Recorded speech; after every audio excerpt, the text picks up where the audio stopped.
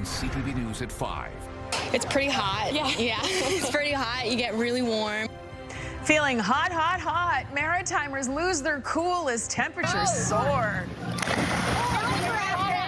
We put a lot of our personal identity into the phone numbers that we have. Plus, how connected are you to 902? A new area code is on the horizon for Nova Scotia and PEI. We have been collecting stories about people's experiences at the Friendship Centre over the years, and they're all coming into this artwork. And on the fence, a new street art installation makes a statement in Halifax. It was a scorcher of a day for the Maritimes, and the heat is set to continue through the end of this week. Live from the Maritimes News Center, this is CTV News at 5. Good evening and welcome to CTV News at 5. I'm Maria Pano-Palace. Thanks for joining us. First at 5 tonight, hot topic. The weather has everyone talking today as temperatures soar. But while many of us love the sweltering conditions, others can't wait for things to cool off a little or a lot. As CTV's Derek Haggett shows us, Maritimers spent the day basking in the sun or trying to escape it. Derek. Yeah, Maria, it sure was a hot one here today. It was around 30 degrees at noon, so I decided to take a trip to the wharf in Pointe du Chien and to a community pool to talk to people who were trying to beat the heat and to those who have to work in it. There may not be a better way to beat the heat than jumping off the Pointe du Chien wharf. And once you jump, there's no turning back, so you cool off right away. But for those working on the wharf or on the water, it's not so easy. We have sunscreen on board for them, and also definitely, stay hydrated, lots of water, and we keep some Gatorade on board. At the sailing school, it's all about keeping the young sailors protected. We make sure we ask them to take a lot of water breaks, make sure they finish their water bottles throughout the day. Whenever they feel too hot, we let them jump into the water. CTV meteorologist Kayla Mitchell says temperatures in the Maritimes will soar into the high 20s and low 30s this week, and a few communities in New Brunswick may approach 35. Humidex values will reach the high 30s or even near 40. This restaurant in Fredericton closed for the day due to the extreme heat in the kitchen. 1, 2, 3, go! Swimmers in Riverview waited in line for the community pool to open early this afternoon. It's pretty hot. Yeah. It's pretty hot. You get really warm when you're gardening up there in the sun. We have our umbrellas, but it gets pretty hot, yeah.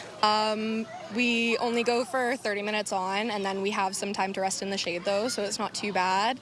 Standing high temperature records in the region could be matched or broken. We go to the pool, we go to the beach, we have a pool in our backyard that sometimes we stay at as well. Or if it's really hot, we will sort of plan our day around the hottest part of the day being inside. It's nice, because some days we have cold days in the winter, so it's nice to have a hot summer that you can actually enjoy the sun. The forecast calls for warm nights as well. The hot temperatures are expected to last through Friday, but Kayla Mitchell says those temperatures should go down by the weekend, and there is a chance of thunderstorms. Maria. Oh, good information. Thank you so much, Derek. CTV's Derek Haggett for us in Moncton this evening. And I hope you've got your sunscreen on. All right, let's head over to the anchor desk where our friend Jesse Thomas is standing by with a look at the headlines. And Jesse, it's a scorcher today. It sure is. I was expecting Derek to make that plunge. Yeah, next time. Well. But yeah, as the heat's making headlines, we've got some other news stories we're working on and looking forward to bringing you. In New Brunswick, the province is reporting the seizure of millions of illegal cigarettes with more than $4 million in illicit cigarettes intercepted in 3 major investigations during a 4-week period in the months of May and June. The public safety minister saying illegal tobacco is costing the province's million in lost tax revenue. I've got that story coming up at 6. And there are 2 proposals that would give new life to a large swath of land in the north end of Halifax, the so-called Yonge Street District lands, which border Robie and Almond Streets, will be developed into housing units in the coming years in what's being called one of the biggest land development projects in the city's history. More on what that block might look like in the future tonight at 6. And we've got another whale of a tale is being told in Cape Breton. A couple of weeks after an orca visited the island shores, A beluga has been popping up around St. Peter's Bay, and those watching on the land say it's been a wonderful sight to see. We'll get a closer look at 6 as well. For now, why don't we go over to the Weather Center where Kaylin Mitchell is standing in front of some very hot, high temperatures there. Hey, Kaylin. Would have been a great day to be down around St. Peter's Bay, or really around any of the water in the Maritimes, because it was a very hot day across the region. Here's where we stand with temperatures now as we're moving into the first part of this evening. You can see that most communities, and these are just the weather stations that are able to be monitored by Environment Canada, up to the high 20s and low 30s. Hottest spot right now, Miramichi at 34 degrees, and at those weather stations, that's been the hottest spot not only in the Maritimes today, but so far the hottest spot in the country. Humidex is certainly a little bit of a factor as well, making many parts of the region feel into the mid to high 30s, and unfortunately, humidity is going to be climbing a little bit through the end of this week, so those Humidex values could go up a little bit more on both Thursday and Friday. And while temperatures may come down a little bit on the weekend, that really muggy feel to the air is expected to still be around for both Saturday and Sunday. Checking in on the winds right now, thankful to have a bit of a breeze across the Maritimes. The winds are mostly out of the west and southwest, and they're being sustained between around 10 and 20 kilometers per hour, a little bit higher than that. A few parts of Cape Breton, Port Hawkesbury near 30, and Sydney Airport 39 kilometers per hour. A few occasional gusts being reported between 30 and 40. The winds will be diminishing, getting lighter by the time we get to around midnight. Over on radar and satellite, not much to show you, and that's going to continue to be the story as we move through tonight into tomorrow. We are underneath this ridge of high pressure. It's going to be in place over the next couple of days. It means a very clear and warm night ahead. More sunshine in the forecast for Thursday, and hot and humid weather that's going to carry on into Friday. I will have more on the forecast coming up when I'm back a little bit later on. Maria. Good stuff. Thank you, Kaylin. We'll see you a little later on. Right now, Shakespeare by the Sea is back for another season of drama. CTV's Jim Quammen takes us to Point Pleasant Park in Halifax for a sneak peek. Shakespeare by the Sea is Atlantic Canada's largest and longest running outdoor theatre festival. We have shows every day right here in beautiful Point Pleasant Park at 7 p.m. We do a Shakespeare show every year, and we do a new family musical every year. We've got shows for all ages, and all of our shows have advanced seating, or you can do pay what you can right when you get here. Beauty and the Beast is what's on tonight, and every other day we've got Shakespeare's Julius Caesar. So they're two wildly different shows, but we've got the same cast of actors that perform in both shows. So if you come back and see both, you get to see a group of amazing artists and how big their range is, and it's a really unique experience. And we're here until August 30th. Speaking of August 30th, at the very last night of our season, we have a special one-night-only event. It's an incredible tradition called the Unrehearsed Shakespeare. This year we're doing the Unrehearsed Hamlet. So we'll be doing the entire production of Hamlet completely unrehearsed. So you have to come and check out the chaos. So much fun. Good luck, everybody, or break a leg. All right, time for a break. When we come back, area code questions. Technology is accelerating the rate at which existing exchanges fill up. Nova Scotia and PEI are set to get a new area code coming up. Why some say the old numbers are part of their identity. We'll be right back with that story. Welcome back. So if you feel attached to your 902 area code, hang on to it, because there's a new area code on the horizon for Nova Scotia and Prince Edward Island. CTV's Paul Hollingsworth dials us in. 91-year-old Fran Bright says the old days before area codes existed were so long ago she can't recall how phone calls were placed. Afraid I don't remember. Now, with news of a new area code, Bright is taking the easygoing approach. Probably wouldn't make any difference. Nova Scotia and Prince Edward Island have had the same 902 area code since 1947. 782 was added in 2014. Now people living in both provinces are getting another 3-digit code, 851. Technology is accelerating the rate at which existing exchanges fill up. Technology analyst Carmi Levy says phone companies are running out of numbers and launching new area codes to solve the problem. It used to be one phone number per household, one phone number per business, whereas now everybody has a smartphone. People who live here have sentimental attachment to the original area code. More than just a number, some people connect it to their identity. 2020. I understand, it's the heritage and stuff like that. Levy says area codes signal to the world where we come from. We put a lot of our personal identity into the phone numbers that we have. Digital anthropologist Giles Croach says like 416 in Toronto or 604 in Vancouver, 902 is woven into the regional fabric of Nova Scotia and PEI. And so 902 becomes part of our lifestyle. It's a cultural identity. If anyone misses the old area code, there is a way to buy it back. Just go online and look up numbers in the exchange that you want, and you can pay hundreds, even thousands of dollars for the privilege of having a phone number in that original exchange. Whether people like it or not, they will have time to get used to the idea. The new 851 area code will go into effect for Nova Scotia and PEI in May of 2028. Paul Hollingsworth, CTV News, Halifax. Thank you, Paul. Okay, I have to admit, I'm pretty attached to the 902. That's I'd right. have a hard time with a different number. But we will welcome those of the 851, yeah. us of the 902. And the 782s, and it's so confusing. I remember when we didn't even have to dial the area code. Yeah, so do I. It made things so much simpler. All right, you know what's simple today? The weather, because it's all hot everywhere, huh? That's right. And of course, people tolerate this type of heat differently. For some, it was probably what they're looking for out of summer. Others, maybe a little bit too hot and humid. Regardless, though, beautiful day to be around the coast or by the water. So looking out here at the Bredor Look-Off along Route 4 in Cape Breton. And I will have more in the forecast coming up after the break.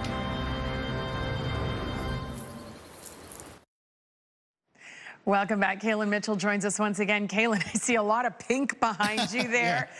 So would you call this a heat wave that we're in? Yeah, I would. I mean, there's no one uniform meteorological definition for the term heat wave. I kind of reserve it for when we get into a stretch of about 3 days of very hot and humid weather. And usually when something like the daytime high temperatures are about several degrees above the average for this time of the year, which is where we land for this week here in the Maritimes. Let's take a look at our sunrise and sunset times. We'll talk a little bit more about the heat warnings in behind me in just a moment. We're going out to Martin Lake in Nova Scotia. I've said it a couple times already, but it would have been a beautiful day to be, by a lake or along the coastline as those temperatures soared across the region. Still hot out there as we're moving into the first part of this evening. So we do have heat warnings in effect for all 3 maritime provinces. There's a few parts of New Brunswick not underneath the heat warning, and that's mostly because in the northwest of the province, the overnight low temperatures are getting a little bit cooler, so there's a little bit more relief in that part of the Maritimes during the nights compared to other parts of New Brunswick, Prince Edward Island, Nova Scotia, and no heat warning as well right along the Bay of Fundy coastline in New Brunswick because temperatures are a little bit more moderate on parts of the coast, and not just that coastal area there, but also a few coastal areas the southwest of Nova Scotia. The heat warnings are expected to continue straight on in towards Friday. Always a good idea in these type of conditions to check on those who might be a little bit more vulnerable in this type of hot weather. Think about things like, I know the kids at soccer or baseball practice, they might need to take more frequent hydration breaks. Just a little bit more caution needed as we remain under these very hot conditions. On our weather systems map, barometric pressure right now is towards the higher side. We are underneath a ridge of high pressure. It's centered down around the eastern seaboard of the United States, and not only underneath a ridge of high pressure at the surface, but also underneath a ridge in the jet stream. And you can see that is centered almost directly over top of the Maritimes. What we need to end this heat wave is for that ridge in the jet stream to break down. Now, looks like it's going to happen on the weekend with temperatures coming down a few degrees on Saturday and then a few degrees more on Sunday, though it does come with some showers and a risk of thunderstorms, and humidity levels are still expected to remain on the higher side into and through the upcoming weekend. Taking a look at things on radar right now, clear radar picture, no precipitation expected as we make our way through tonight. There might be a few thin high clouds around the southwest of Nova Scotia and some patchy coastal fog that'll be around this evening, tonight, into the start of the day for tomorrow before it dissipates or retreats just off the coast. And then for Thursday's weather, it's basically a repeat of today in that it will be sunny for all 3 maritime provinces, hot and humid. Winds, as I mentioned earlier, will get a little bit lighter by around midnight. And then for tomorrow, they'll be out of the west and northwest for the region, and they'll be sustained about 10 to 20 kilometers per hour. So that is on the lighter side for the Maritimes. It'll even be a little bit of a lighter wind compared to today. Low temperatures in the forecast for tonight. So right up around the northwest of New Brunswick, you can actually see Edmundston with the low down to around 12 degrees. So once again, that's one of the reasons why they're not underneath the heat warning, getting a little bit more relief during the nights. Much of the rest of the Maritimes, though, for tonight, looking at some low temperatures between about 15 and 20, and with the level of humidity in the air, feeling into the 20s basically all night long. And then high temperatures in the forecast for tomorrow, very similar to today. So most communities into the high 20s and low 30s. Humidex values making it feel mid to high 30s and maybe some closer to 40. A few parts of the coast, temperatures will be a little bit more moderate, except especially direct coastal areas in the southwest of Nova Scotia. Friday as well. Very hot day for the region. Might be a few more clouds compared to the last couple of days, but you can see the highs are still high 20s, low 30s, high levels of humidity for all three maritime provinces. And then as we get into the weekend, this is when we start to see some change. That ridge in the jet stream begins to break down. A weather front begins to approach from the west. I do expect there will be some isolated showers on Saturday, but because of the heat and humidity, any showers do pop up will come with the risk of some thunderstorms. Let's take a look at our weather watcher for tonight. And tonight's weather watcher is coming in from 9-year-old Allison from St. Antoine, New Brunswick. Allison has sent us a drawing of a bright, smiling sun shining on a summer day like it was today. Thank you, Allison. And weather watchers can come in to CTV Weather Watchers, P.O. Box 1653, Halifax, Nova Scotia, B3J2Z4, or email kaylin.mitchell@bellmedia.ca. Maria. Thank you, Kaylin. So if you plan to book a flight or hotel online, there are countless websites to choose from. But as CTV's Pat Foran reports, even if you're traveling within Canada, make sure you aren't being charged in American dollars. Nothing indicated that it was in U.S. dollars. Nothing at all. Elizabeth Haddock of Orangeville planned a trip with her friends to Picton and needed a hotel room for 2 nights. She started her search on Trivago, which took her to the website soar.com. She booked a room and thought she was paying in Canadian funds. It wasn't until I got my credit card bill. Haddock says instead of being charged $430 Canadian, it was $430 US, so the total jumped to $610. Why would I want to see a U.S. price? In a statement, Trivago said Trivago is not involved in the booking or payment process. The site that completed the reservation is best placed to investigate the charge. When Haddock reached out to super.com, she was offered a $43 credit, which she declined. Normally, when you book anything online, I always get the price I expect. Suraj Gugania Vaughn needed a rental vehicle for a trip to Vancouver. He booked with Next Car Rental, which stated on its website transactions were in Canadian dollars. But if you prepay for a rental, it's in U.S. funds. Gugania felt that was misleading. It seemed like Canadian to me because it had the Canadian taxes and everything. And then later on, when I look at my credit card statement, I see that it was charged in USDs. Instead of paying $420 Canadian, it was $420 US, which made the charge $611. After we contacted Next Car Rental, the company said it made some changes to its website, saying we removed the line about all transactions being in Canadian dollars. All prepaid reservations booked on nextcarrental.com are in US dollars and always have been. The best websites will make it very clear. Travel experts say the best advice is to check websites carefully before finalizing transactions. On the final page, I want to see if it's in CAD or USD, and if it doesn't say, I go back a page and double check personally. In Gugania's case, Next Car Rental refunded the difference.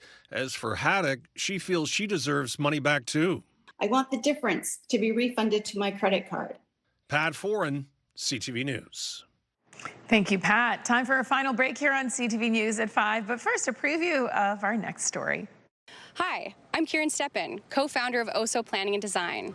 We're here on Rainy Drive at the future site of the Mi'kmaq Native Friendship Center, and we're adding art and stories to the fence. Find out more coming up.